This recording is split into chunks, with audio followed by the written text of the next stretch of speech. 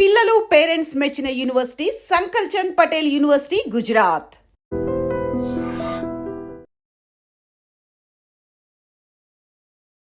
చెత్త batting, worst fielding, Abhishek ను తప్పించాలంటూ netizens fire.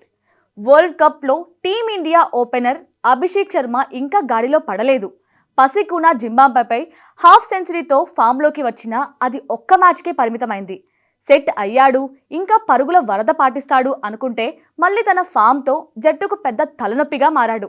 Super 8లో భాగంగా వెస్టిండీస్తో జరిగిన అత్యంత కీలక మ్యాచ్లో బ్యాటింగ్లో మరోసారి విఫలమయ్యాడు. జట్టును కష్టాల్లోకి పడేశాడు. ఇప్పటి వరకు బ్యాటింగ్ సమస్య అనుకుంటే ఇప్పుడు కొత్తగా చెత్త ఫీల్డింగ్తో జట్టుకు భారంగా మారాడు. జట్టు ఎన్ని అవకాశాలు ఇస్తున్నా నిలబెట్టుకోలేకపోతున్నాడు. సెమీస్కు చేరాలంటే వెస్టిండీస్పై ఖచ్చితంగా గెలిచి తీరాల్సిన మ్యాచ్లో కేవలం 10 పరుగులకే పెవిలియన్కు చేరాడు. ఆ 10 పరుగులు చేయడానికి కూడా 11 బంతులు తీసుకొని జట్టుకు ఇబ్బందుల్లోనే నెట్టాడు. విండీస్ స్పిన్నర్ అకేల్ హుస్సేన్ బౌలింగ్లో బంతిని గాల్లోకి లేపి అవుట్ అయ్యాడు. ఇన్నింగ్స్ 3వ ఓవర్లో హుస్సేన్ చేసిన బంతిని బ్యాక్ ఆఫ్ లెంత్లో పుల్ చేయలేకపోవడంతో అభిషేక్ విఫలమయ్యాడు. సరిగా మిడిల్ చేయకపోవడంతో డీప్ స్క్వేర్ లెంత్లో షిమ్రాన్ హెట్మేర్కు క్యాచ్ ఇచ్చాడు. దీంతో ఇండియా 29 పరుగుల వద్ద తొలి వికెట్ కోల్పోయింది. ఇదే ఓవర్లో సామ్సన్ 2 సిక్సర్లు, ఒక 4 కొట్టడంతో సరిపోయింది. లేకపోతే పరిస్థితి ఘోరంగా ఉండేది. బ్యాటింగ్లోనే కాదు, అంతకంటే ముందు వెస్టిండీస్ మొదటి బ్యాటింగ్ చేస్తున్నప్పుడు ఫీల్డింగ్లోనూ అభిషేక్ భారీ తప్పిదాలు చేశాడు. ఇన్నింగ్స్ 5 ఓవర్లో చేజ్ ఇచ్చిన సింపుల్ క్యాచ్ వదిలేశాడు. బూమ్రా వేసిన బంతిని చేజ్ బలంగా కొట్టడంతో ఎడ్జ్ తీసుకొని కవర్స్లో పడిపోయింది. ఎక్స్ట్రా కవర్లో ఫీల్డింగ్ చేస్తున్న అభిషేక్ క్యాచ్ పట్టడంలో విఫలమయ్యాడు. దీంతో 14 పరుగుల వద్ద బతికిపోయిన చేజ్ ఆ తర్వాత మరో 26 పరుగులు అదనంగా జోడించాడు. అభిషేక్ చేజ్ క్యాచ్ మిస్ చేయడం వలన విండీస్ జట్టు తొలి వికెట్కు 68 పరుగులు జోడించింది.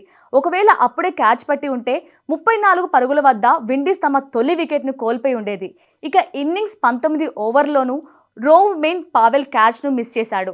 అర్షదీప్ సింగ్ బౌలింగ్లో డీప్ మిడ్ వికెట్ మీదుగా ఫ్లిక్స్ ఆడిన పావెల్ అభిషేక్కు ఈజీ క్యాచ్ ఇచ్చాడు. అయితే చేతిలోకి వచ్చిన ఈ క్యాచ్ని కూడా అభిషేక్ మిస్ చేశాడు.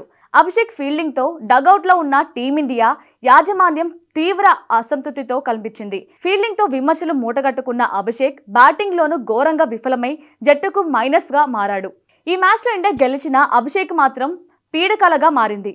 ఒకవేళ ఈ మ్యాచ్లో ఇండియా ఓడిపోతే మాత్రం అన్ని వేళ్లు, అందరి నోర్లు అభిషేక్ని టార్గెట్ చేయడం ఖాయం. కీలక మ్యాచ్లో కూడా విఫలం కావడంతో ఇప్పుడు ఈ టీమిండియా ఓపెనర్ను నమ్మలేని పరిస్థితి వచ్చింది.